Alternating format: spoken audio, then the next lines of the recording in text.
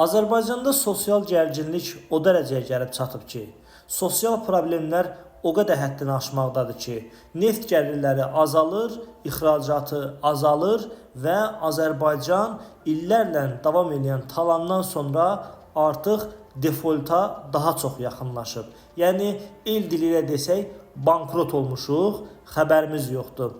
İlham Əliyevlər Azərbaycanı işğal edən bu zümrə hansısa xalqın xeyrinə addımlar atmaq əvəzinə ölkənin qapılarını açıb, real iqtisadi şərait yaratmaq, azad seçkilər keçirmək, ümumiyyətlə insanları repressiya etməkdən əl çəkmək əvəzinə o öz yolunu artıq çoxdan seçib, daha da repressiyaları şiddətləndirir, insanları daha çox cərmələyir, xalqın cibinə daha çox girir, insanları daha çox talamaq üçün müxtəlif hər gün yollar axtarmaqdadır.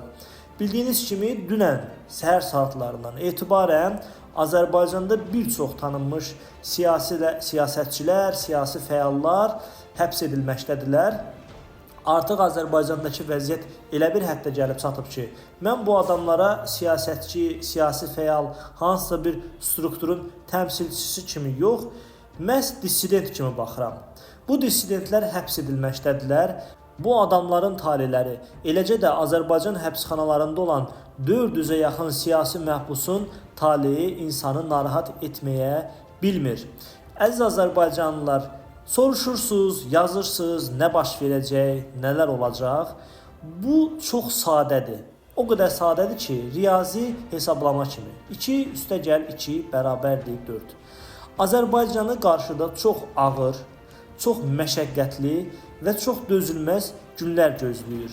Çünki hansı ölkədə ki, mətbuat tamamilə sıradan çıxarılıb, oradakı siyasi fəallar, siyasi strukturlar məhv edilib, ölkədəki danışan insanlar sürgünə və yaxud da həbsə göndərilib, bunun bir müddətdən sonra əziyyətini sadə, qorxan, susmağı seçən xalq çəkir. Çünki artıq bu adamların haqlarını, hüquqlarını müdafiə edən heç kəs qalmır.